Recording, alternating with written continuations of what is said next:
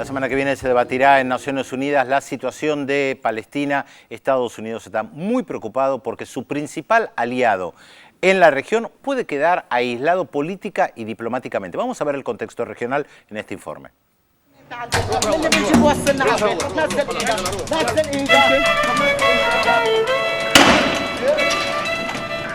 La arrogancia y el sistemático desprecio por las leyes internacionales del gobierno de Benjamín Netanyahu han puesto al Estado de Israel en una de las peores situaciones diplomáticas y de seguridad desde su creación en 1948. Los temores que la clase política israelí empezó a hacer públicos al iniciarse la primavera árabe parecen haberse hecho realidad. Medio Oriente ha experimentado cambios profundos en el statu quo imperante hasta principios de 2011 y ha dejado a Israel más aislado que nunca y con un grave deterioro de las relaciones con dos importantes potencias regionales, Egipto y Turquía. A esta situación se suma la inminente presentación de los palestinos ante la Asamblea de las Naciones Unidas, reclamando su reconocimiento como Estado independiente. El liderazgo israelí está en pánico ante esta perspectiva, pero aún así persiste en sus políticas de negación de la realidad, poniéndose en una situación de la que ni siquiera Estados Unidos podrá sacarlo. En el caso de Egipto, desde la caída de Hosni Mubarak, el 11 de febrero de 2011, era previsible que sería muy difícil para las Fuerzas Armadas, a cargo del poder, sostener en las mismas condiciones al impopular Tratado de Paz con Israel, firmado en 1979, a cambio del cual El Cairo recibe de Estados Unidos miles de millones de dólares anuales de ayuda militar. El viernes 9 de septiembre, el asesinato por parte de las Fuerzas de Defensa de Israel de 5 guardias fronterizos egipcios durante un incidente con supuestos atacantes palestinos desató la furia en El Cairo, donde una multitud tomó por asalto a la embajada de Israel, obligando a parte del cuerpo diplomático israelí presente en la legación a escapar con ayuda de fuerzas especiales egipcias en una escena que hizo recordar la toma de la embajada de Estados Unidos en Teherán, Irán, en 1979.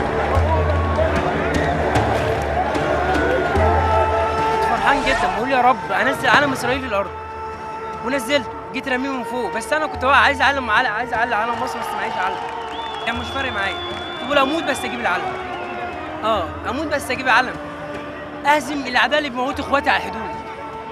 El vacío de poder imperante en Egipto no es el mejor entorno para la normalización de las relaciones y el retorno del embajador israelí, quien regresó de urgencia a Tel Aviv tras el incidente. A esto se añade la persistencia de un clima netamente hostil a Israel en un país que fue la primera nación árabe en firmar la paz con el Estado judío, luego de 3 décadas de guerra, y que la negativa de Israel a pedir disculpas por los soldados egipcios muertos no ha contribuido a disipar. Pese a las frenéticas gestiones de la Casa Blanca, a la que, muy a su pesar, debió recurrir Netanyahu, desbordado por la crisis, la situación es incierta y las declaraciones de los militares egipcios acerca de su voluntad de mantener la vigencia del acuerdo de paz no alcanzan a ofrecer las certezas que el contexto demanda. ישראל תמשיך לדבוק בהסכם השלום עם מצרים. אנחנו פועלים יחד עם הממשלה המצרית כדי להחזיר במהרה את שגרירנו לקהיר. אני מבקש לוודא שסידורי הביטחון הדרושים לו ולאנשי הסגל שלנו יהיו אכן איתנים, שאכן יתנו את הביטחון הדרוש להם.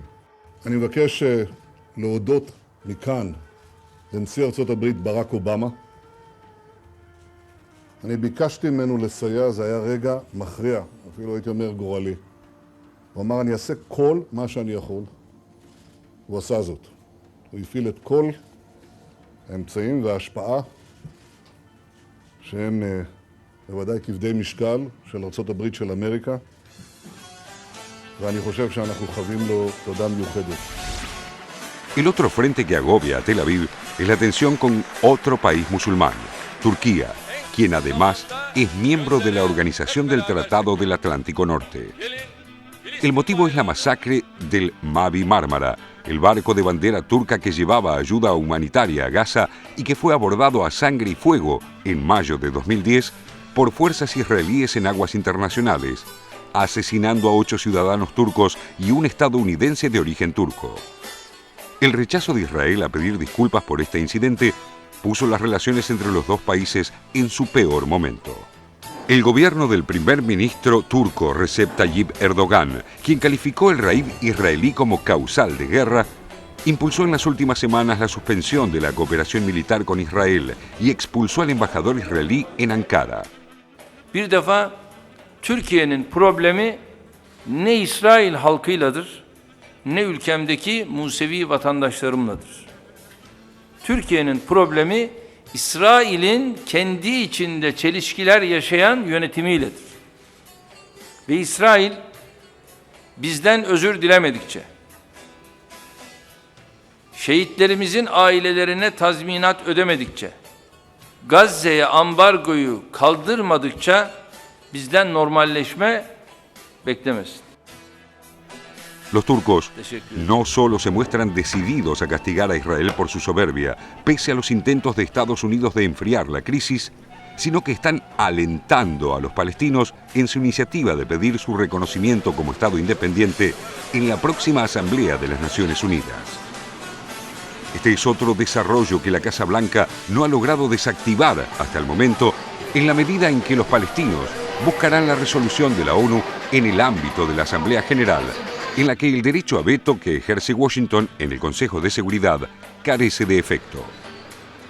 En la Asamblea, una vasta mayoría de los Estados miembros ya adelantó su disposición a aprobar la petición palestina, incluyendo a numerosos e importantes estados europeos y también a otro integrante con derecho a veto en el Consejo de Seguridad, Rusia. Y la posibilidad del reconocimiento de Palestina es una fuente de problemas para Israel, que prefiere negociaciones directas con la Autoridad Nacional Palestina, un contexto en el que, con la ayuda de Estados Unidos, puede arrancarle todas las concesiones que desee. Como reveló un cable diplomático dado a conocer por la organización Wikileaks, una de las razones principales por las que Israel considera peligrosísima la iniciativa palestina en la ONU es que la falta de estatus de nación de los territorios palestinos los deja fuera de la jurisdicción de la Corte Penal Internacional, que se ocupa de juzgar crímenes de guerra.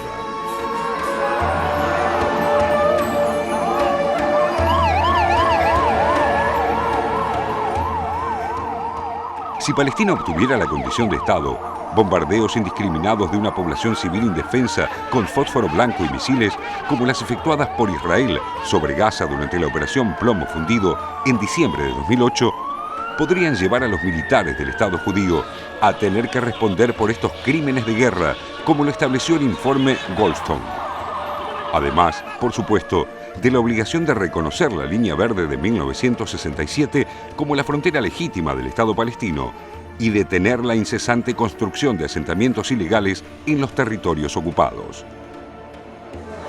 Con el agravamiento de las tensiones regionales, hay analistas que ya señalan que Netanyahu debería desembarazarse de su ultraderechista canciller Avigdor Lieberman, quien propugna públicamente una limpieza étnica contra los palestinos y reemplazar esa alianza por otra con los centristas de Kadima, lo que podría mejorar su posición. Sin embargo, quienes así piensan atribuyen a Netanyahu dosis de moderación y realismo de la que éste parece carecer, incluso ante el riesgo de convertir a su país en un paria internacional.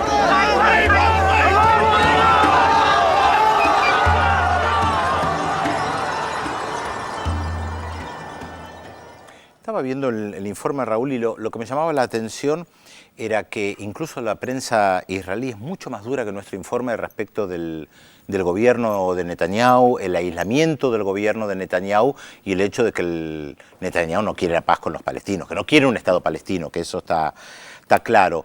Y hay mucho para decir de las imágenes, porque hay que recordar que cuando comenzó la revuelta árabe, no aparecían ni banderas israelíes ni banderas estadounidenses, o sea, no había un discurso anti-israelí. ¿Y por qué ahora uno dice, qué es lo que está pasando? Y creo que mucho tiene que ver con la iniciativa palestina de ir a Naciones Unidas y decir, queremos tener nuestro Estado. y en el mundo se dan cuenta que Israel no quiere que los palestinos tengan ese Estado, ni siquiera en Cisjordania, la Franja de Gaza, que Israel está ocupando desde 1967. Me parece un panorama muy complicado para Israel. Aún cuando en los países árabes todavía no se define ninguna de las nuevas situaciones que se han dado a partir de las rebeliones. Exactamente. Hay muchas situaciones donde no está claramente definido cuál es el cambio de gobierno. Sí que cae un gobierno, pero no exactamente el alineamiento de los que vienen, consejos de transición como el de Libia. Es que Israel no es el gran tema. Y sin embargo, es el cambio de escenario que estamos viendo es muy fuerte, ¿no? Sí, yo creo que también tiene mucho que ver algo que se señalaba en el informe respecto de la intervención del gobierno de Turquía. Erdogan está jugando fuerte. Fue muy afectada el año pasado cuando Israel atacó el buque que trataba de romper el bloqueo a la Franja de Gaza. No le pidió perdón a Israel. De hecho, hubo mucho debate en la prensa israelí al respecto de por qué Netanyahu era incapaz de pedir perdón, aunque sea de manera indirecta respecto de la muerte de 8 ciudadanos turcos y uno de doble nacionalidad turca-estadounidense, donde Estados Unidos tampoco abrió la boca al respecto. O sea, la manera como Estados Unidos apoya incondicionalmente al Estado de Israel es impresionante. No abren la boca cuando Israel se equivoca, o en todo caso salen a apoyarlo y ya dijeron que van a ejercer el derecho de veto la semana que viene en Naciones Unidas. Hay una cuestión que te quería consultar, porque justamente hablando de Turquía, para quienes no seguimos paso a paso y diariamente lo que está sucediendo en la región, sorprende mucho estas apariciones de Turquía. Aparece como con una presencia muy fuerte, con declaraciones, como veíamos recién la de Erdogan, que en general son muy fuertes y con con muchísima presencia. ¿Es una presencia testimonial o significa una fuerza, una potencia en serio ahí en este juego? Y mira, hay que recordar que el Imperio Otomano, antes de que se desmembrara y quedara solamente reducido a lo que es hoy Turquía, ocupó gran parte del Medio Oriente durante 400 años. Y hoy militarmente Turquía... Y Turquía es una potencia militar, es parte de la OTAN.